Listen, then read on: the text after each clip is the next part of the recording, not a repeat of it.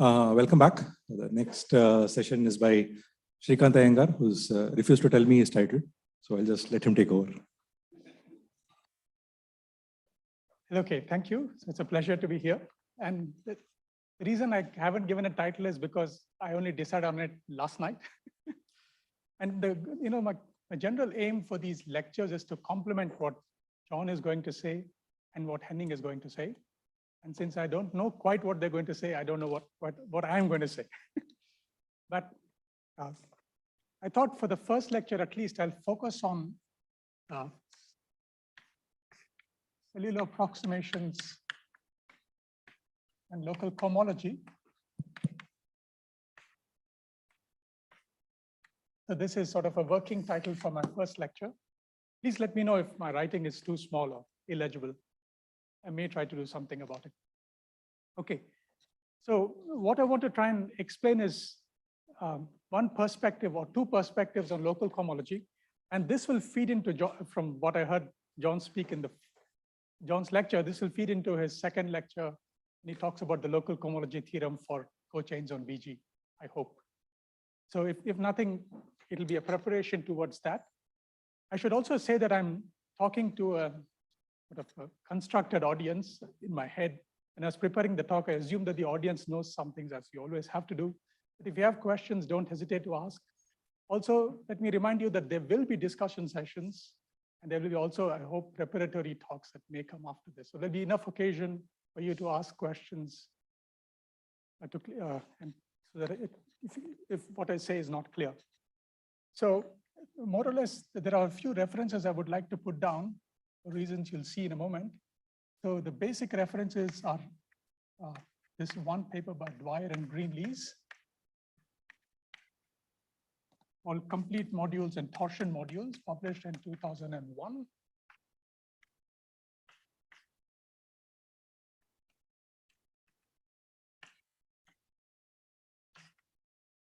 And another paper by Dwyer, Greenlees, and myself, called, well, it's a slight duality in algebra and topology.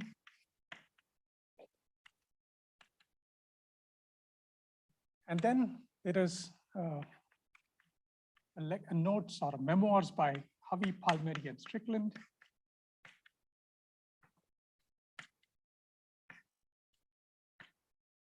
Well, axiomatic stable homotopy theory.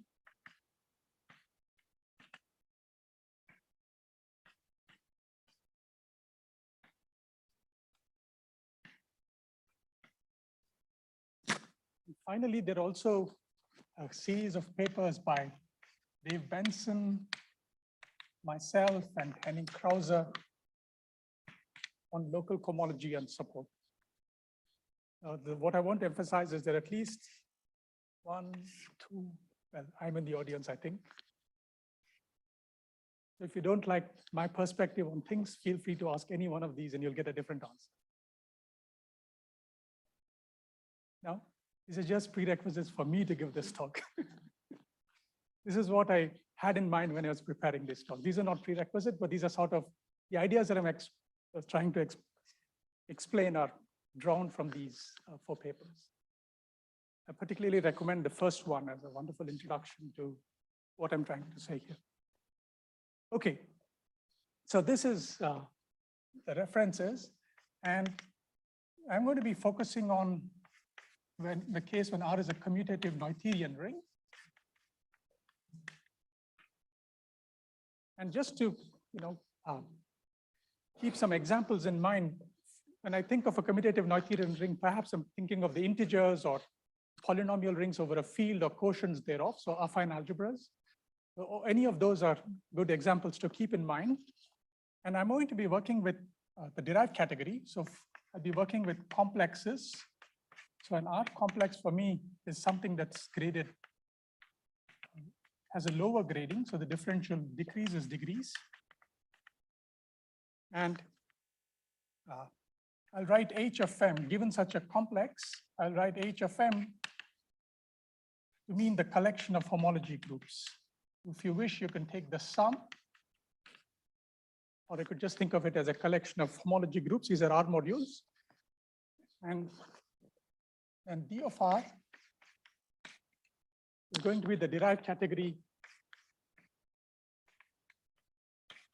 consisting of all R complexes without any boundedness or finiteness assumption.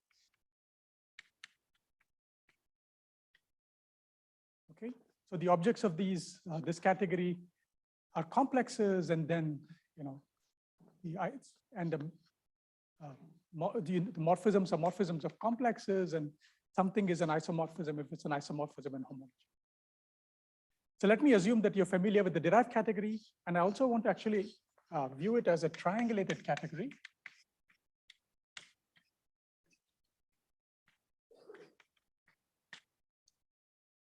So where the triangles come from exact sequences of complexes are induced by those. And so besides this, the derived category has two more structures. So it has a tensor product, the derived tensor product, and it has what one might think of as an internal function object, the derived home. So I'm going to be using these aspects of the derived category. And one of the things I'm trying to do is sort of take some familiar notions in commutative algebra and try to interpret it purely in terms of this structure. And the idea is then that you can go off and use it in other examples where you see similar structures, so other TT categories that will come up. Like, for example, in homotopy theory, in John's lectures, or in Henning-Krauser's lecture on the stable module category of a finite group.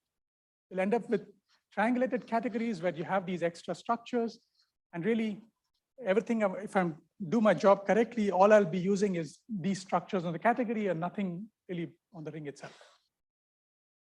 Okay. So so as I said, this is really, I'm doing tensor triangular. What we have is a symmetric monoidal category, tensor triangulated.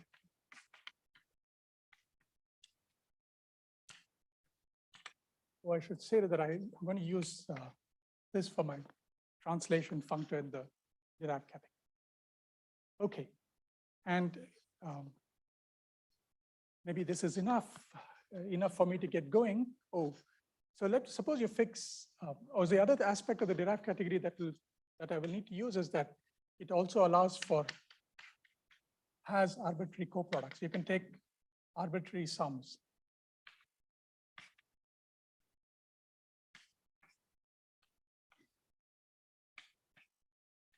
So where this comes in is if I take an object X so I take an R complex. So then I can look at the smallest triangulated subcategory of this. Is the smallest triangulated subcategory of the derived category, which is closed under arbitrary sums.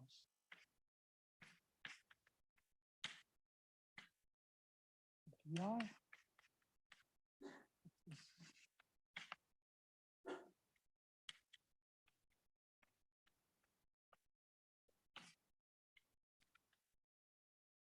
Coproducts. So coproducts here are just the sums of complexes. So I'm going to write log of X for this. So this is the localizing subcategory generated by X.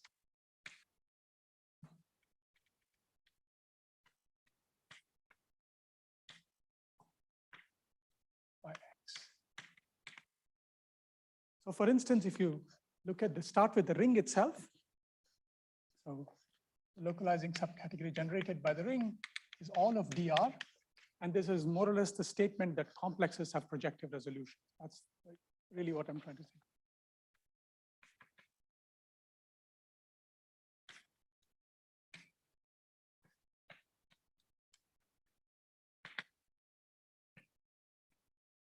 Okay. All right. So now, let's fix an X. An X in the derived category, fix an R complex. So by an X cellular approximation of an R complex M, so let me just, the X cellular approximation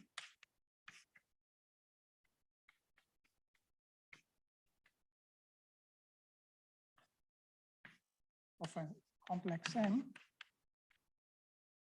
is a complex is a map. So is a morphism, I should say. So it consists of an R complex, which I'll write cell like this, an M. So really, it's the data of an object and a map in the derived category, which is somehow the best approximation to M by things you can build out of X, such that the following conditions hold. The first thing is that this has to be. I might speak of these objects in the localizing subcategory generated by X as being built out of X. So the first condition is X is built out of X, so it's in the localizing subcategory, so i.e. built out of X.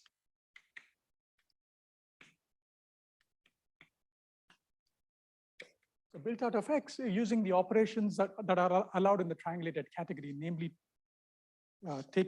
closing up under triangles, or taking mapping cones, and arbitrary coproducts. And the second condition is that, okay, a succinct way of saying the second condition is that the induced map, and I'll explain this in a second, this is an isomorphism.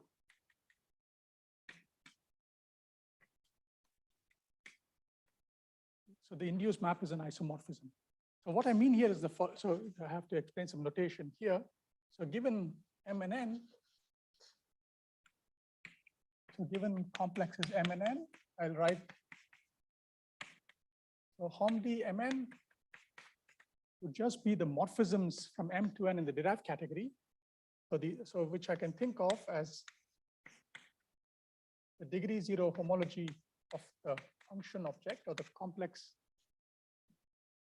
the derived homomorphism from M to N. And when I put a star, so this is either, you can think of it either as, okay, thank you, John.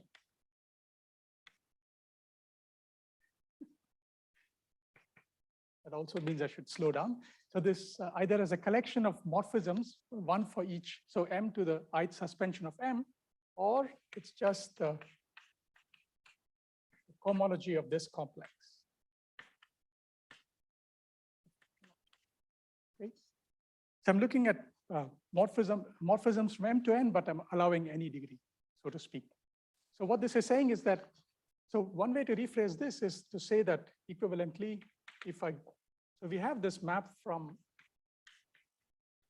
we're given this map, and given any map from X and maybe a suspension of X, given such a map, it factors uniquely to this.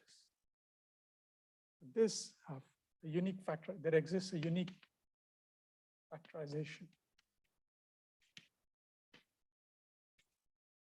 So any such map factors through this. So in this sense, this is the best approximation to M out of things built out of X.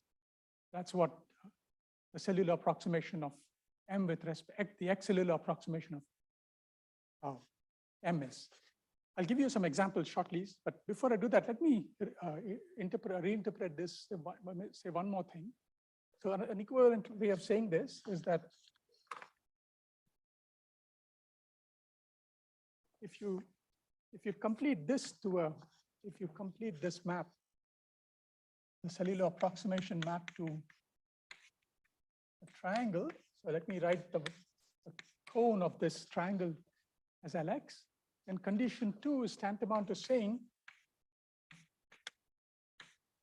is equivalent to the statement that there are no morphisms from X to this. So this condition, I could have just as well replaced it by this one. But this, there are no maps from X to, somehow you think of this as localizing M away from X. I want to bring this up because this also sort of underscores the relevance or importance of being able to tell if there are morphisms in the derived category between two objects M and N. And this theme will come up again in this talk. So maybe by the end of my lectures, we'll have some tools to understand, given two complexes, can you detect when there is a non-zero map between them? That's not as simple as it's in general. Okay, so I promised an example. I'm afraid examples tend to confuse me, especially in public. So I won't give you as many as in John's, but we'll have one or two running examples. We can discuss more in person. Already, as I said, these are interesting already for the integers. So if you look at R equal to Z, and let's first look at the cellular approximation with respect to FP. So if you look at X is Z mod P. And okay, so what we have is that if you invert P, so we have this inclusion, and this quotient here is what it is. So let me write it so. So this gives you a map to this exact sequence. As I mentioned earlier, the exact triangles in the derived category come from exact sequences. So this gives a map from, or this corresponds to a map in the derived category from the negative suspension to Z. And the claim is that this is Z mod P cellular approximation of, so this is,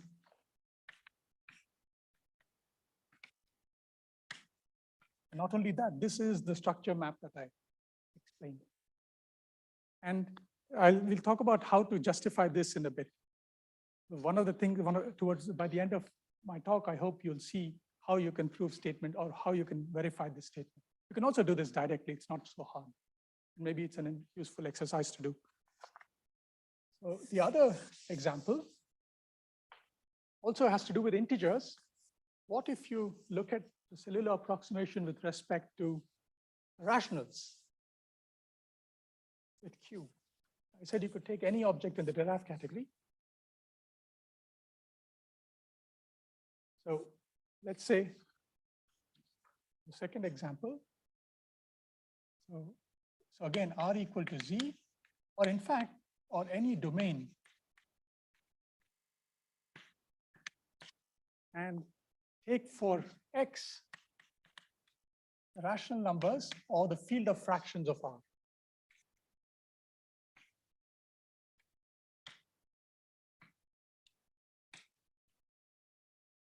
Okay, so the question is, what is the cellular approximation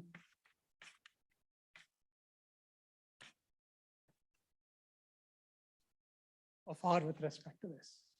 And the answer is, okay, so let me tell you the answer, and maybe I won't again bother justifying this. You could try to justify it yourself. So you look at, so you get a map from, so remember, if R equal to Z, you could take R to be Z, but I'm also thinking more generally of any domain, and this would be the field of fractions. So you have a map from here to R. And I claim, oh, I should write down, this is a derived HOM. I claim this is the Q cellular approximation of R. So this is, remember, when R is a domain, this is just the field of fractions.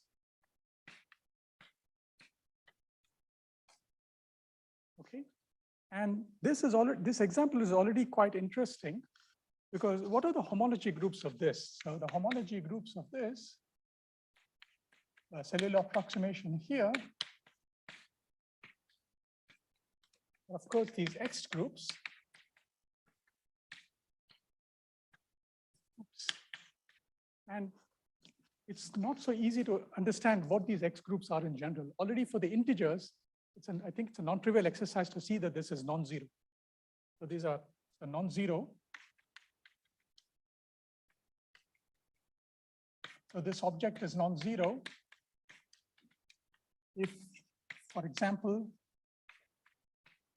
R is Z or the polynomial ring in one variable, or any number of variables, really, finitely many variables, but this is 0 if you look at power series rings.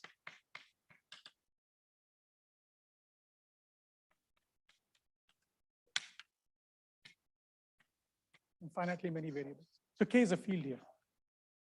So this already points to, yeah. So as I said, maybe by the end, if not, I won't get to this in this lecture, but maybe in a second or third one, I'll have some techniques to see why this is so. For Z, you can do it by hand, but this takes a bit more machinery. A few more concepts have to introduce. Anyway, I threw this in as saying that, cellular approximations, you do get interesting answers. Okay. I want to focus now on, so I'll take it that cellular approximations are interesting because, as I said, one way to think about, at least the way I think about it is, perhaps you understand X well, and you want to understand some other object by trying to approximate it by the things you do understand, namely X. And this idea comes up also in topology, and maybe you'll see examples there. Somebody will discuss some examples. So I want to now focus on special X, and that will bring me to the connection with local cohomology. Let me give you a quick introduction to local cohomology before I try and connect local cohomology and cellular approximations. Okay, so let's look. So you're looking at spec R. So let's fix a subset. So any closed or specialization closed subset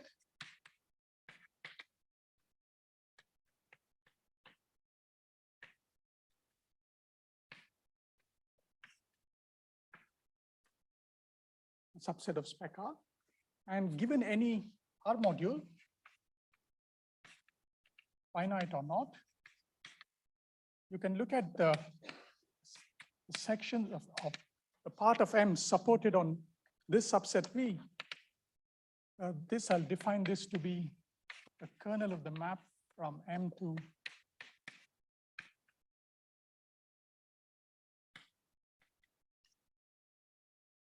so this is really the elements of M which are supported on the closed subset V. This is the V torsion part of M.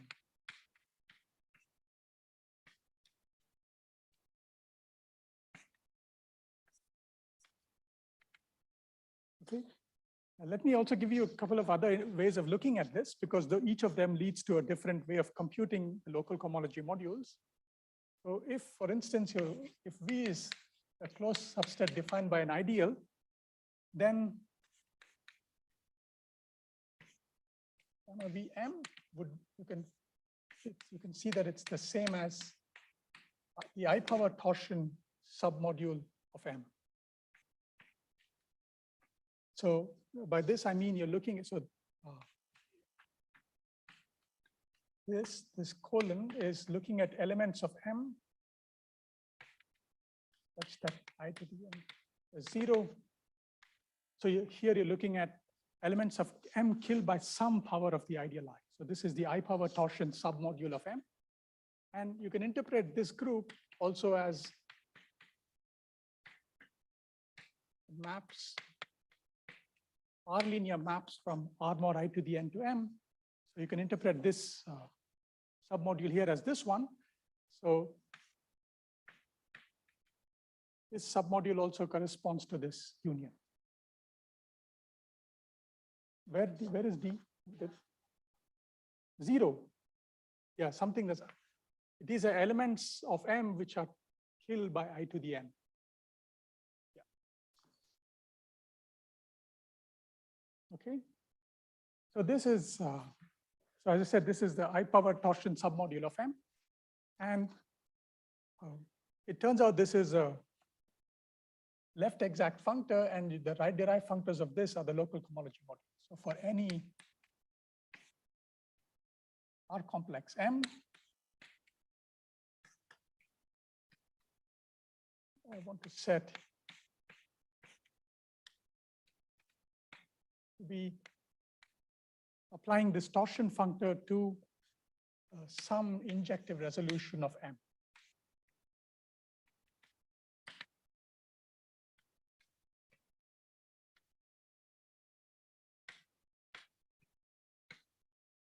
Of M. I'm going to be a bit sloppy about what sort of injective resolution one needs to take, but in fact, it doesn't matter. You could take any complex of injectives, which is quasi-isomorphic to M, and apply, so you're applying gamma V degree-wise, and that would still compute, that would compute the local cohomology. So this is the local cohomology functor of M with supported on V.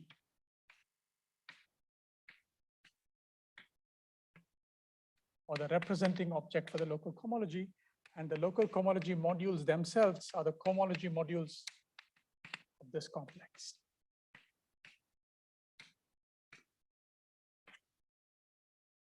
So those are the local cohomology modules. The cohomology modules of this complex. So just by construction, it comes with a map, local cohomology module. There's a natural map from that to the original complex itself.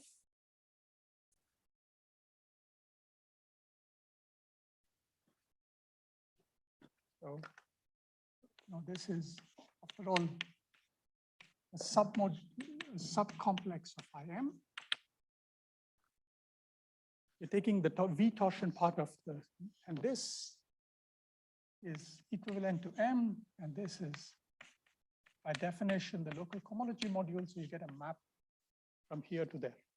And the fact of the theorem is that, oh, I forgot to say, okay. I forgot to say one important point. So this is the cellular approximation. So let me step back. I'm not ready to say something yet. So this is, okay. So I want to relate this now to cellular approximation. So let's go back to what I was discussing. So now, so remember in the first part I said for any X, we talked about the cellular approximation, the cellular approximation map. And I forgot what I should have mentioned is that these always exist. And just by their properties, they're then unique up to unique isomorphism. And as to the existence, depending on whether you ask topologists or algebraists, it's due to Farjun or Niemann. Or maybe it was known before, I don't know. But these always exist. And the goal is really to make this as explicit as possible. And what I'm about to say now is that under some assumptions on X, this is nothing but local cohomology. And those assumptions are the following. It's not always, but under certain conditions.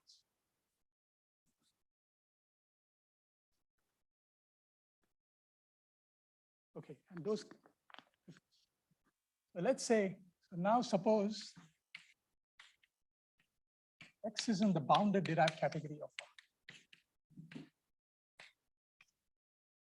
By this, I mean that, so this is, i.e., what this means is that the homology modules of X are all finitely generated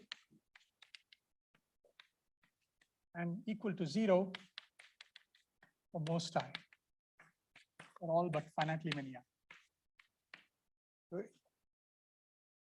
So I'm looking at complexes with only finitely many, finitely generated as an R module.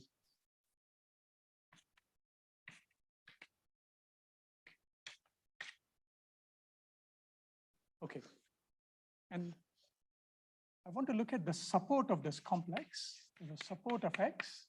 So it's by, let me take, so it is the primes in spec R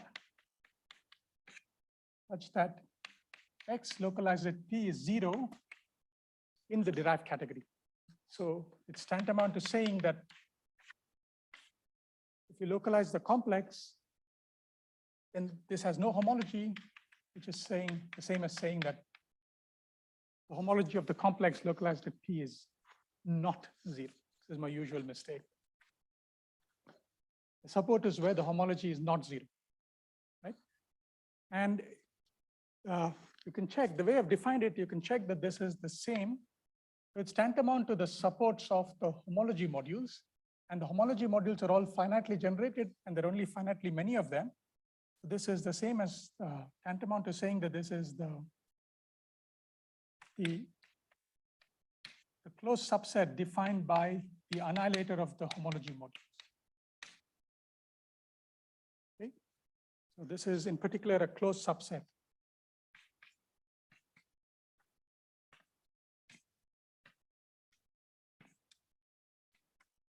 Of spec R. Okay, so this is why, so this is what is special about complexes in the bounded derived category of R. Okay, and I think now I'm ready to say this, the result. So if an X is in the bounded derived category, then the local cohomology map that we constructed is the axillary approximation.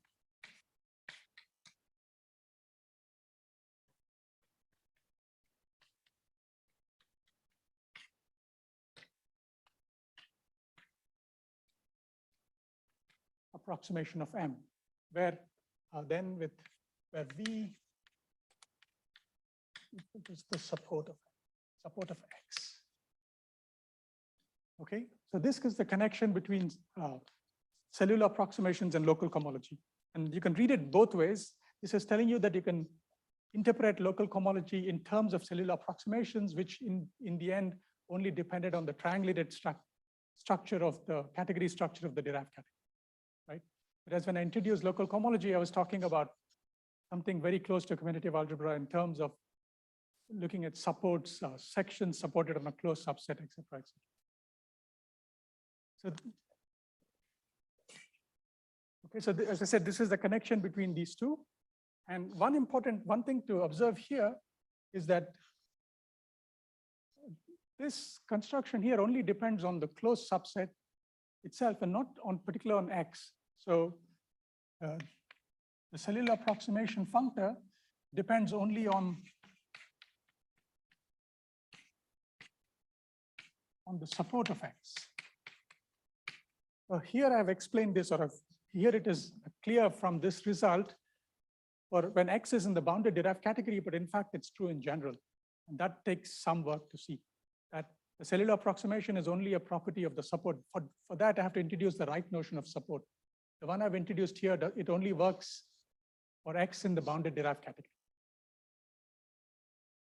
Okay, so this, because of this result, it underscores the importance of trying to understand these local cohomology modules better. So let me say a few words which may or may not help John's second lecture about computing local cohomology, how to compute these things.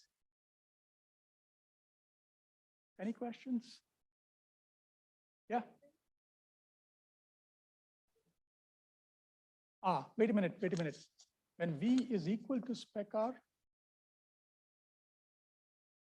so when V is equal to spec R, this is just the identity map.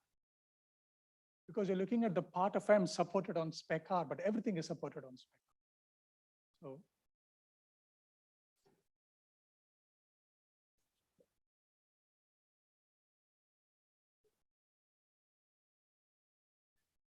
yeah.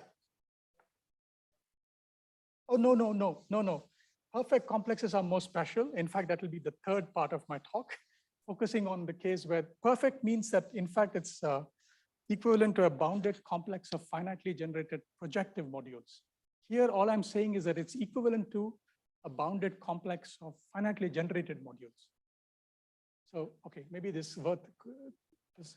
So, as an aside, so X in BBR, if and only if X is equivalent to, I should not write, what should I write? Something. So by B 0, where each yi is finitely generated R module. So you can show that if the homology is finitely generated and it's only in finitely many degrees, you can actually replace it by a bounded complex where each of these modules is finitely generated. But perfect means that they're not only finitely generated, but they're also projective. I'll get to that in a bit. Yes? Yes? Oh, I wrote absolute value. So they're bounded on both sides. That's why I wrote this, yeah. I meant them to be non-zero except in finitely many degrees, zero except in finitely many degrees.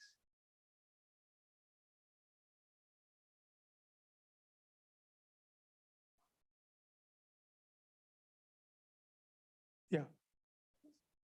I have to define support properly then. I have only, the notion of support I've defined is adequate only if X is here, otherwise it's a bit, I'll get to it.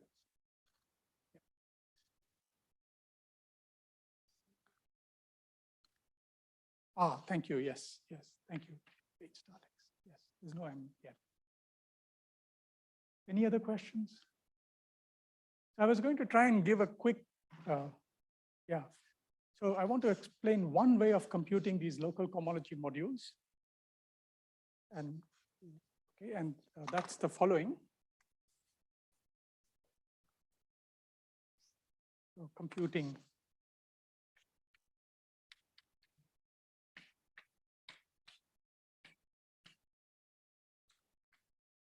so suppose, let me focus on the case where V is the closed subset defined by an ideal. And let's say that R is, the ideal is generated by n elements R1 to Rn. Then what you can do is you can form this. So let me write this for the tensor product of complexes, the short complexes, where you invert one of these. So I equal to 1 to n. And this is in degree 0, which tells me that this is in degree -1. Oops, I forgot. So let's look at this complex. So this is sometimes called the stable Koszul complex. And maybe in some discussion session, we can discuss why this is called so. Because you can get it as a limit of Koszul complexes, or it's also the extended check complex.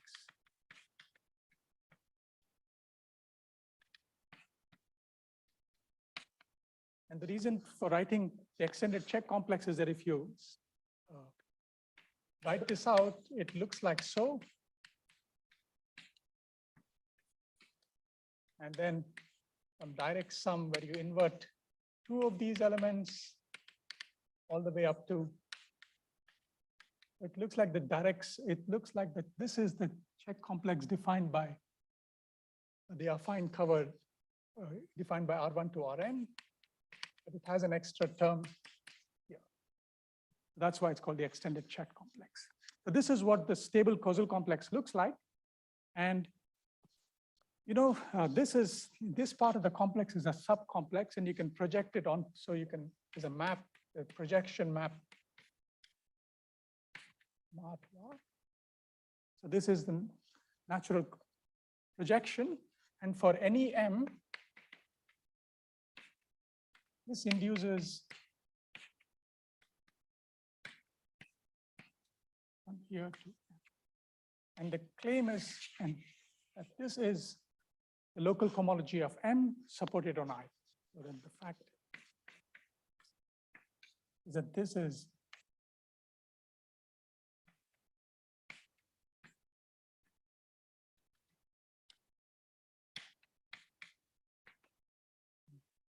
okay. Now, so again, let me go back to an example. The example I started with, if you look at the integers and you look at the ideal generated by one prime element, then the local cohomology, to compute the local cohomology of integers supported on this closed subset, you want to look, so there's now only one element here. So this is the complex. This is equivalent to the complex, which you'll recognize from before. And you know, this complex has only homology in degree -1. Because this is an injection. This is the inverse. And this, so if you put this computation together with this fact that the local homology is the cellular approximation, that's one way to justify the claim I made before about the cellular approximation. So this justifies the claim I made earlier that the cellular approximation of Z with respect to Z mod P is this one. Okay. So this is about, so this is, as I said, this is one realization of the cellular approximation in terms of local homology. Although, as I think in John's lecture, you'll see that it'll get used in the other way to interpret local homology in terms of cellular approximations. Let me specialize even further. So this gives you one model for local homology or cellular approximations. The next model, so this is sort of the last part of my talk. The next model will focus on the case when X is perfect.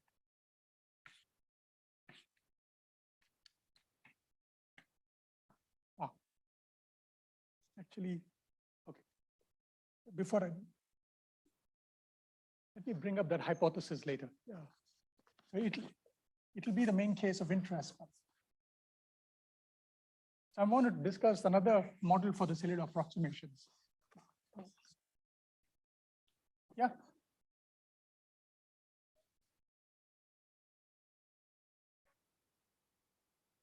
Yeah, in each degree. Yeah, what is that? Yeah. So that's why this works only when X, the support is a closed subset. You can interpret it as local homology modules, otherwise.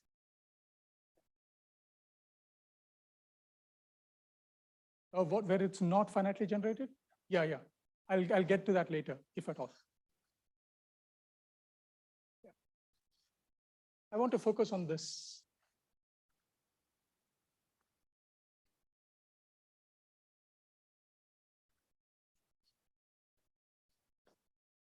Yeah, maybe I'll speak to that at some other point about how you can think of cellular approximations with respect to things that may not have closed support.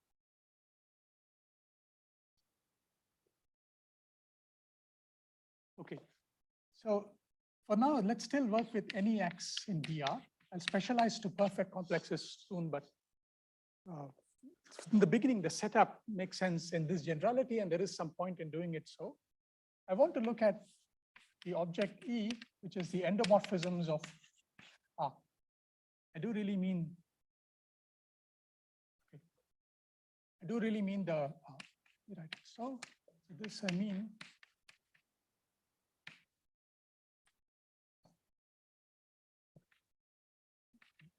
let's go for it. I do want to think of this as a DG algebra, viewed as a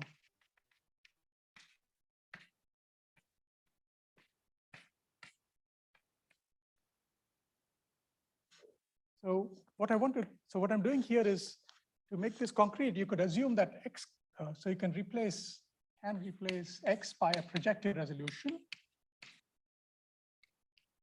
And so it has to be a K projective or something, suitable projective resolution.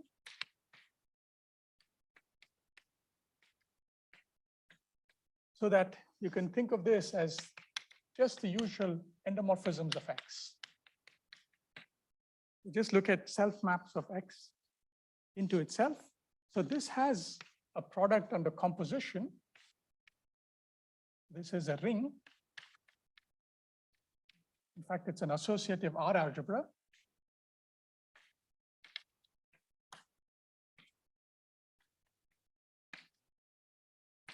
And of course, it has the differential coming from the differential of the Hom complex, which you can think of as a commutator like so. So, and this is what makes this a DG algebra. And these are compatible. So the differential satisfies the Leibniz rule, and this makes it a DG algebra. So the differential, let's just say as a DG algebra.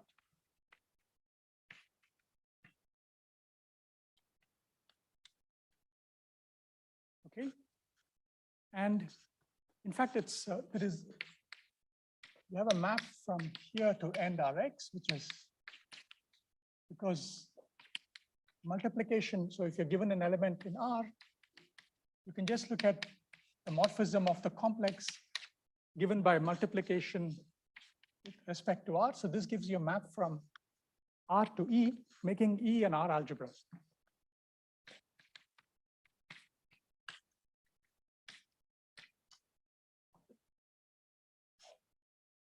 So it's a highly non-commutative R algebra with a differential, generally highly non-commutative.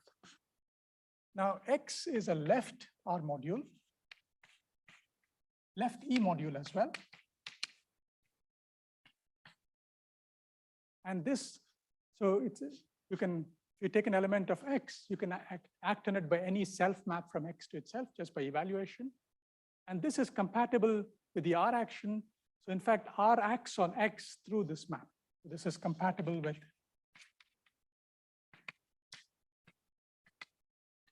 the left R actions. I never made this clear, but for me, modules are left modules. So what this means is that, so this has, so for any, if you look at any M in the derived category, I could just look at, I should really write R home, but you can, if X is a complex of projectives, you can assume that this is just the usual home. This has an E module structure.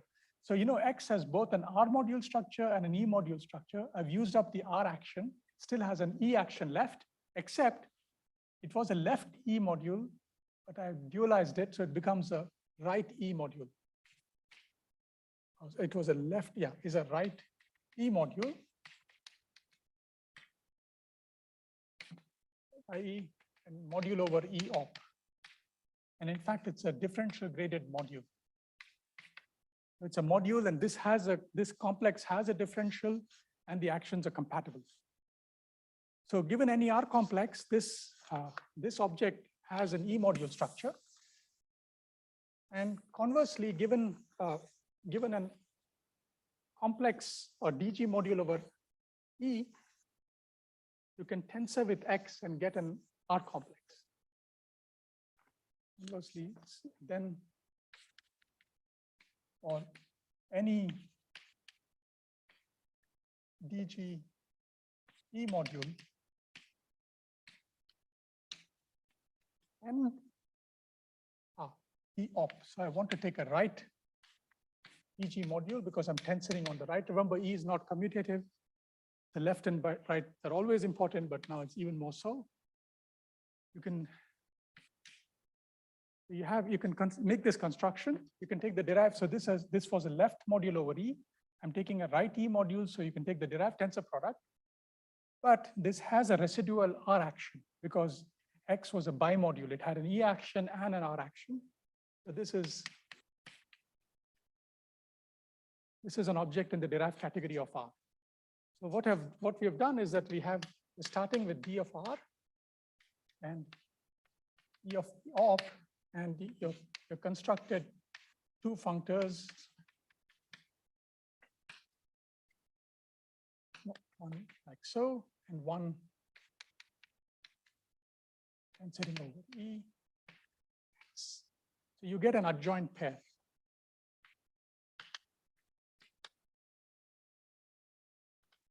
Okay, and I'm interested in, is it the unit or the co-unit? I'm interested in this.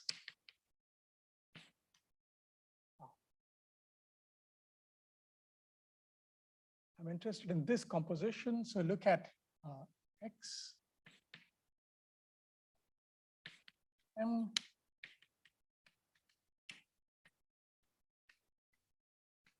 so you get an evaluation map like this, right? You take a map from X to M, evaluate it on X, and you get yourself something in M. You get this, and so this is the map I'm interested in, and the result is that when X is perfect, this is the auxiliary approximation. So let me remind you what perfect means. X is perfect. Suppose X is perfect if it's equivalent to a bounded complex of finitely generated projectives.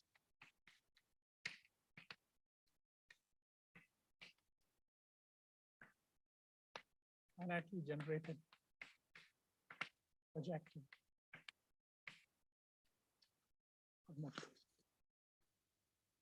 That's what perfect means. And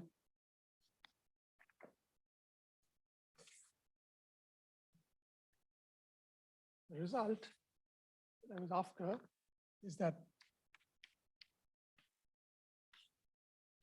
when X is perfect,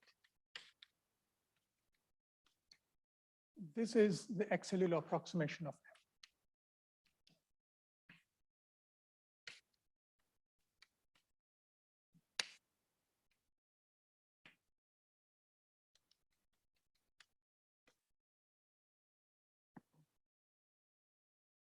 Which one?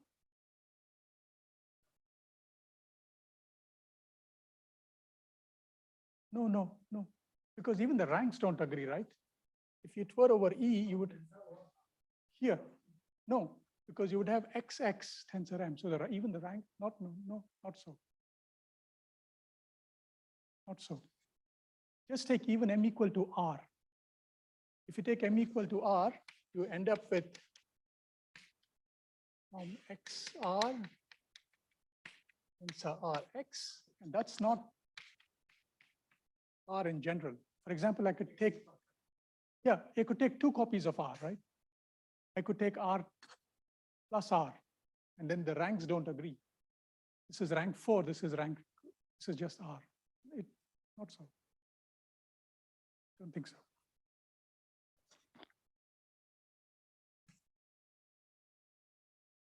But I think maybe what you're after. Okay. There is a criteria for perfection involving this map. Maybe that's what you're thinking of. Okay.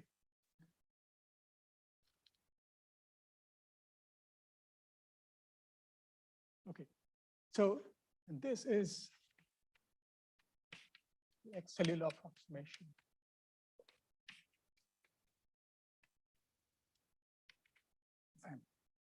Actually, the proof isn't very hard, but maybe let me skip this. And, if I'll get back to it if time permits, or maybe we can discuss it later.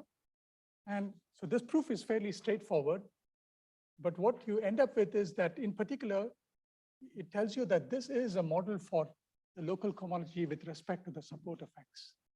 This gives you a new model for the local cohomology modules, and maybe that's what let me discuss that aspect instead of trying to discuss the proof of this.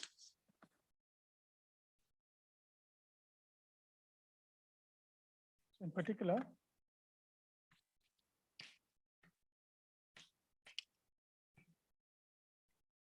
if the support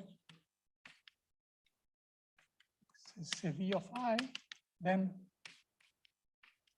I'll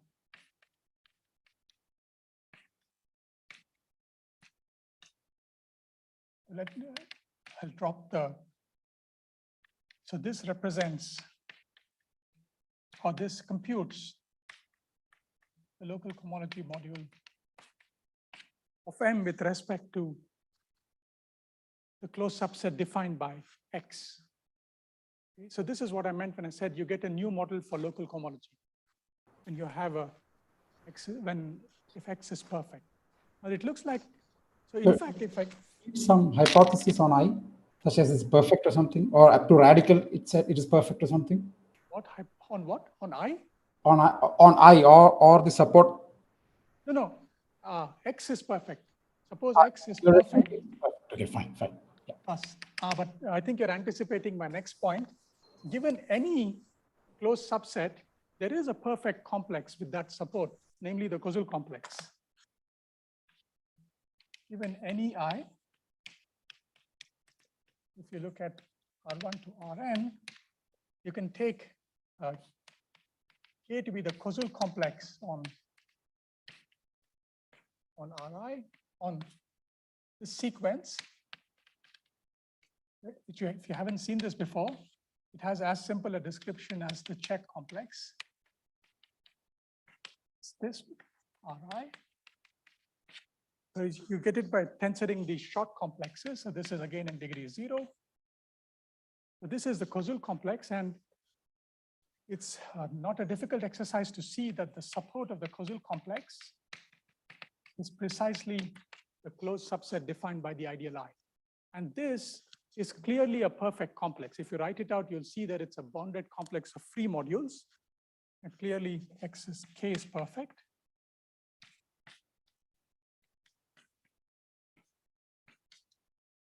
So you always have a model for, you can always write down a model for local cohomology in terms of this.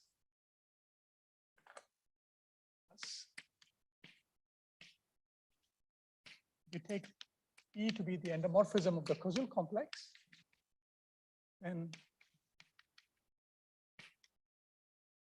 causal complex rank. Okay, this computes, this is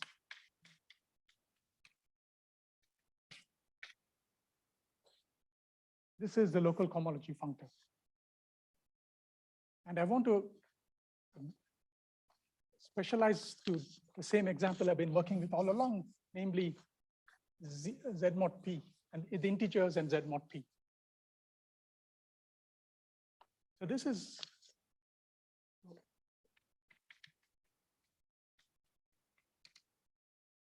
if you look at the case where R is the integers, and you look at I to be P, then the causal complex in this case, so is a resolution of Z mod P. So it's the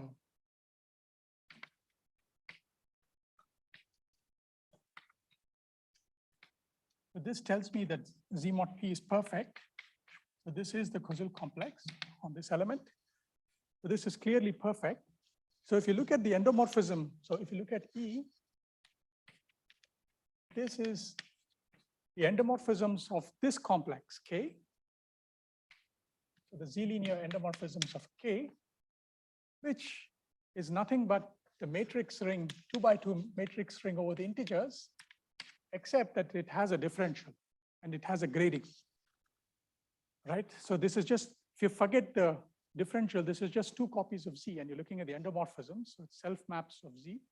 So it's the matrix ring, 2 by 2 matrix ring over the integers.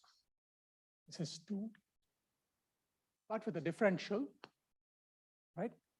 And what it's, and what is, yeah. And one is saying that in particular, a special case of this is if you look at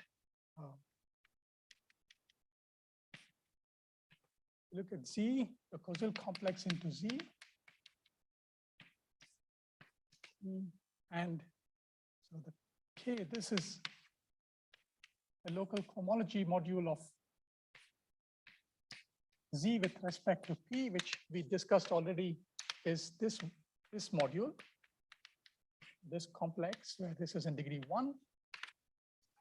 Now this causal complex is a resolution of Z mod P. So this, and okay, if you compute this,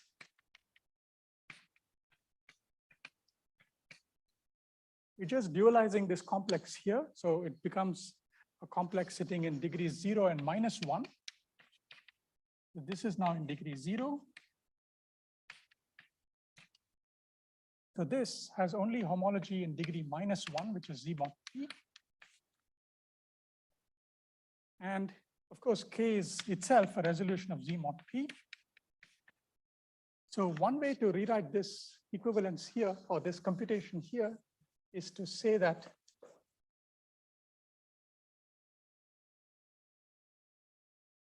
if you Z mod P,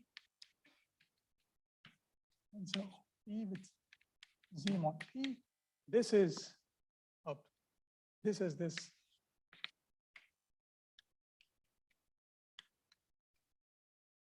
object here.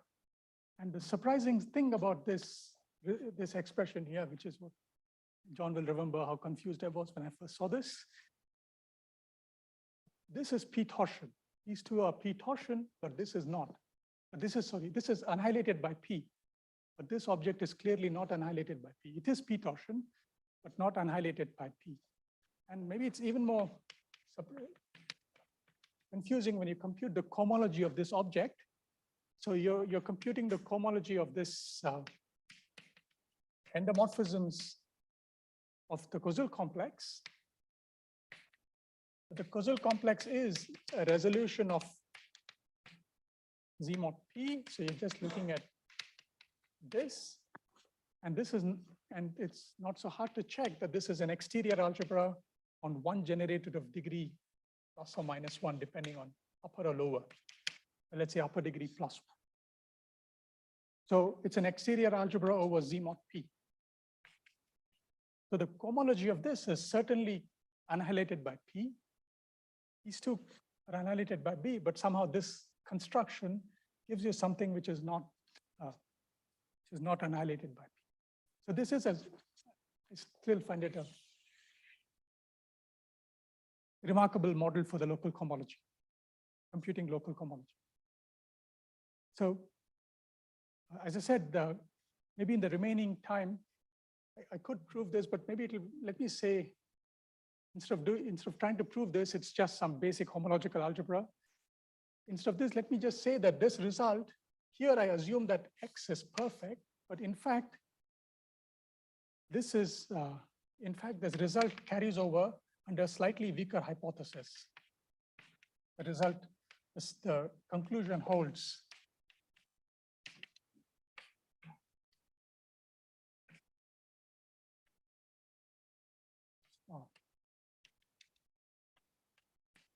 And what is that weaker hypothesis? So I assume, so the statement is that the result says that X was perfect. In fact, one only needs the following.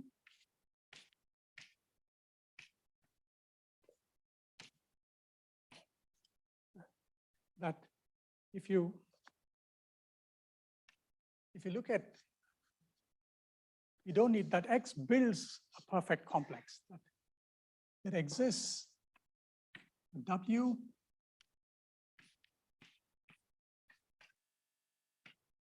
such that the following hold, such that X, such that, okay, first of all, the support of X, support of W should be the support of,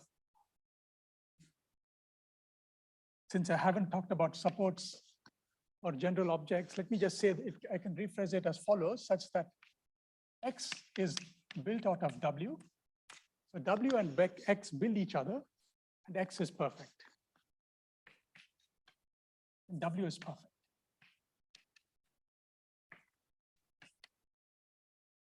So it is a somewhat technical condition. So it says that although X itself may not be perfect, among the objects that it builds, there is one that is perfect, and from which X can be built. Okay, so here's the main example. So such an object, this concept came up in some joint work with Bill Dwyer and John Greenlees. So we say that such an X is said to be proxy small.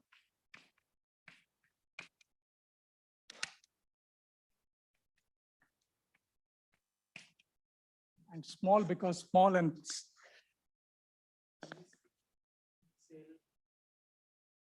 as a cell with respect to X, yes. And that sort of explains why, but that doesn't quite explain the result I'm about to say. So even under this hypothesis, Srikanth, read the first line of the previous panel, because under the glare of the light, I cannot read it. No. It says the line above, yeah, that line, yes. W above. So what the condition I need is that, the condition I need is that there exists, I see, that's why you're asked not to write so close to the right. Exists a W such that, so the condition postulates the existence of a W for a witness, that its X is proxy small, W such that W and X build the same objects. That's one way to think about it. But W is perfect. Okay, thank you. Okay, and the theorem is that even under these conditions, so of course, the theorem says that you can use the endomorphism DGA of W to represent cellular approximation with respect to X. But the interesting thing is that you can take the endomorphism or the theorem is that you can look at R form and X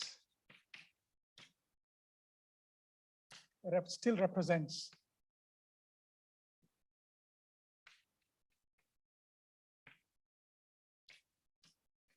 an X even when X is only proxy small.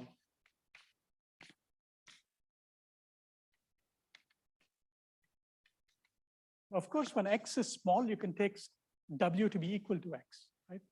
Then two conditions are trivially true. This is saying that you can get away knowing only that it is proxy small. And one key example that will play a role later on is that if you have suppose you have a local ring.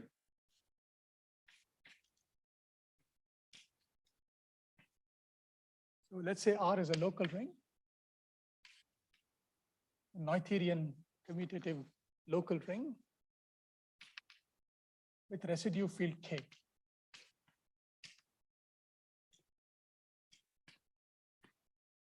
Then K is going to be small or perfect precisely when R is regular. This is the Serre's theorem. And K is perfect if and only if R is regular. This is the result of Auslander, Buxbaum, and Serre, but K is always proxy small.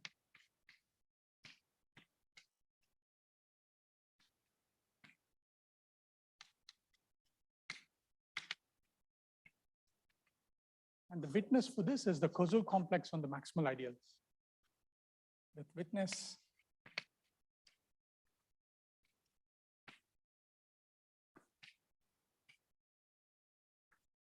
finite generating set on any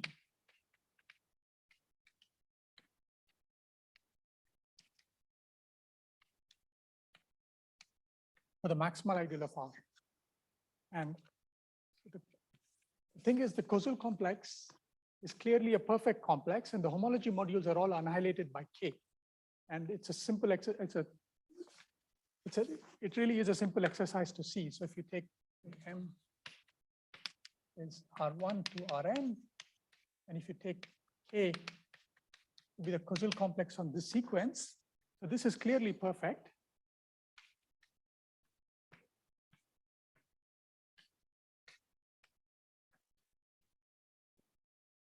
Okay, and then you also have that, what did I want to say? Oh yeah, that K belongs to, in fact, it belongs the residue field. I see I made a mistake here. It should be small. W should be finitely built by X, right? Not just this. I do need it to be.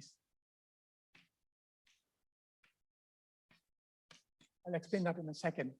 I think that's important, at least for this result to work. It's not enough that W is built out of X. You want it to be finitely built out of X. I'll explain this in a second. It's a stronger condition than saying that it's in log of X. So, and K is in, so the Koszul complex is in peak of K, and it's not so hard to see that K is built out of the Koszul complex.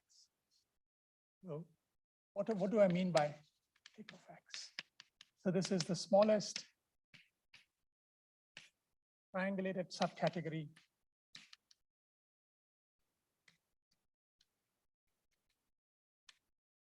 of D of R containing X but also closed under summands. That's the one thing you have to add.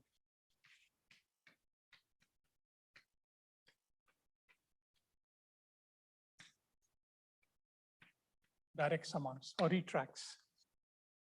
So for instance, if you start with the ring itself, then the thick subcategory generated by the ring is perfect complexes. So I'll stop with these two examples. Srikanth, that was a 5-minute warning. Yeah. So this is precisely the perfect complexes. Whereas if you look at the residue field of a local ring, this is going to be bounded complexes with finite length homology.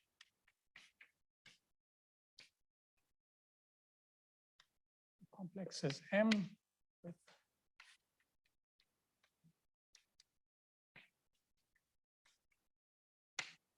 finite. So again, I'll leave it as exercises. We check. Those are not very hard. So this explains why the causal complex is finitely built by the residue field. The homology of the causal complex, it's not hard to see, it's just a finite dimensional vector space, so you can build it. So let me stop here.